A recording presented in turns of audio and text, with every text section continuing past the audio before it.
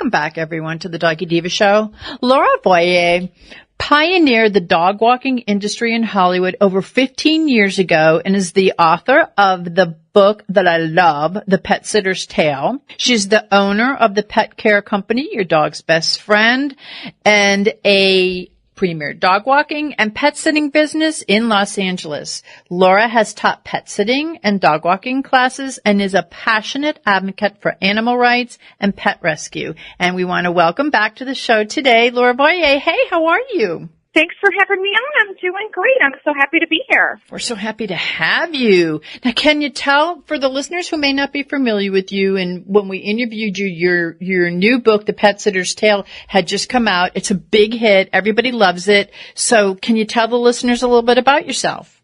Absolutely. So I'm a Midwestern gal at heart. I had a dream of coming to Hollywood and taking Hollywood by storm, becoming a famous makeup artist to celebrities.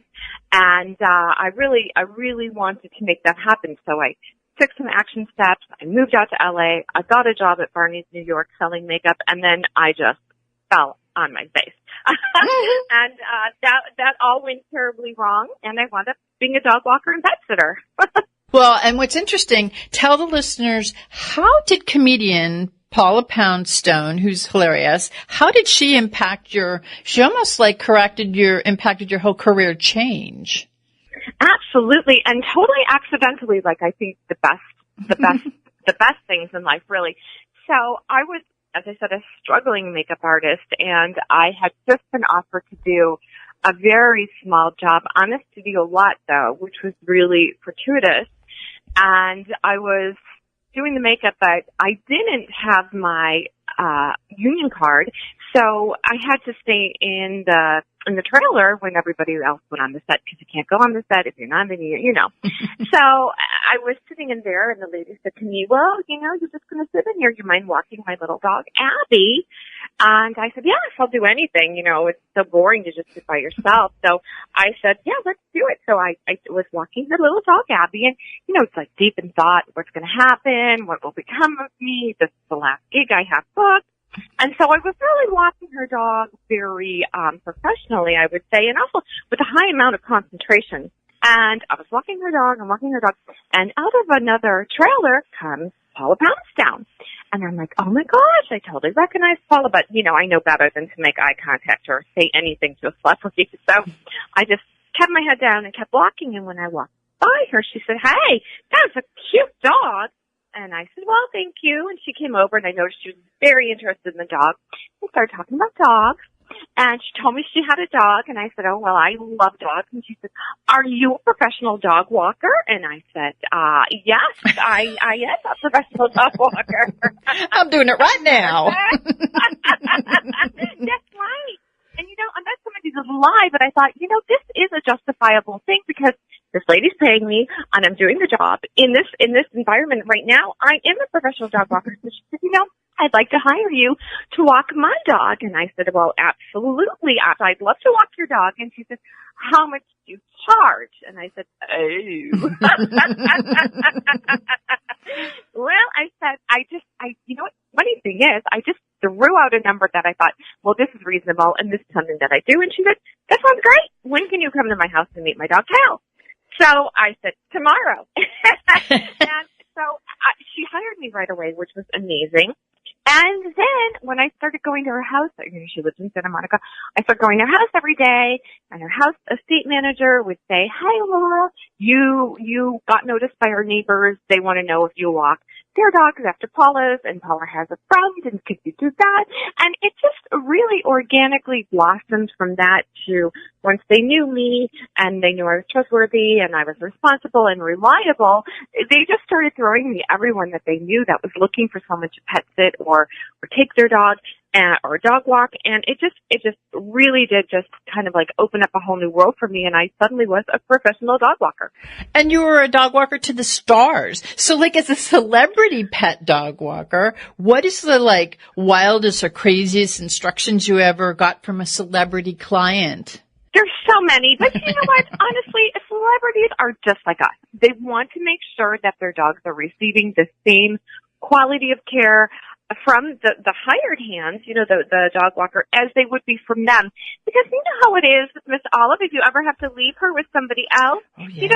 it's not the same, and you have anxiety, and you can kiss her and love on her and give her hugs, and she loves you, but when someone else is doing it, they're not doing it right. They're not doing it the way you're going to do it. So there's always that, like, not doing it as good as. So they want you to give them kisses and count out the kibble and make sure they're comfortable and, all these things, sleep on the pillows and change their clothes and take them to get their nails done and, all these things that they want. And, when it comes down to it, they just want to make sure that they're being taken care of, and that's what we all want.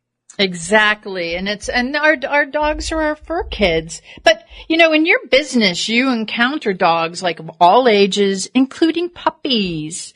How can you explain like puppies with separation anxiety?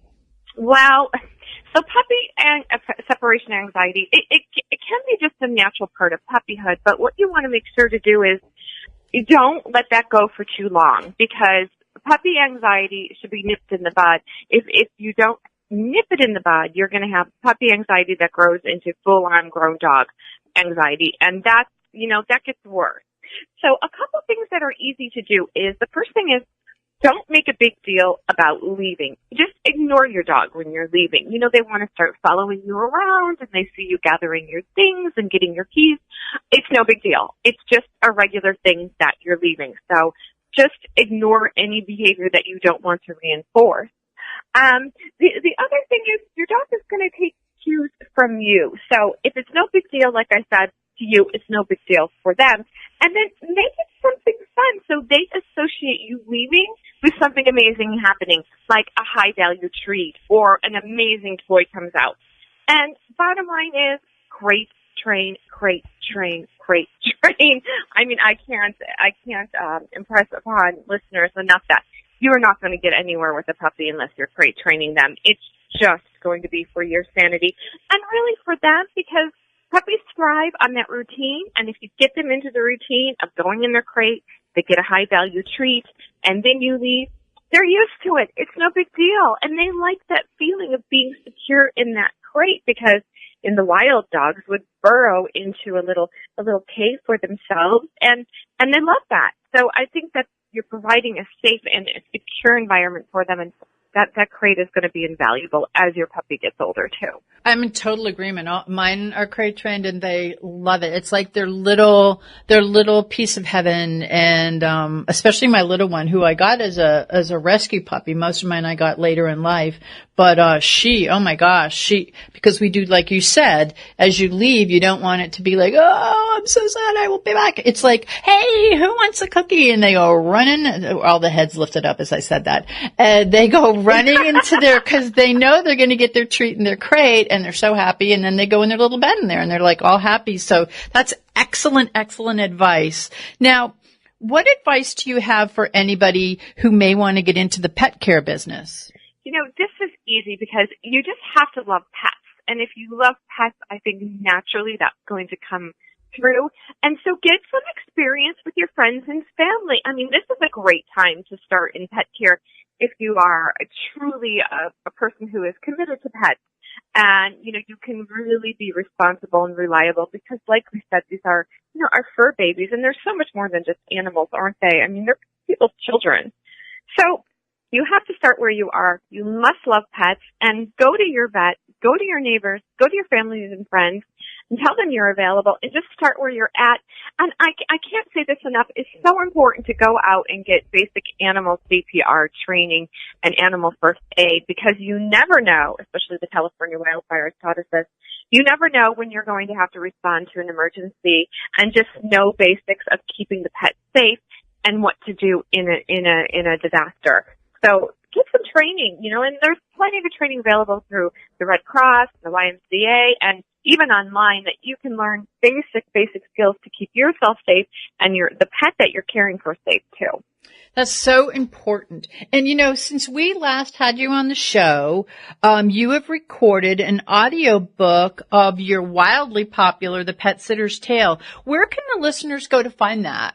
definitely go to my website, which is the same name, The Pet Sitter's Tale, and that's TALE.com, and there'll be a link there to buy the book or download the book and actually get the actual book too. Laura, I thank you for being our guest and for all of the awesome work you're doing with animals and with your books. We love it. We hope to have you on again later on in the year. That'd be so much fun to see what you're up to and what's going on. So thank you again for being our guest and for all of the work you're doing with the animals. You're awesome. Thank you. Thanks, and we'll be back in just a moment.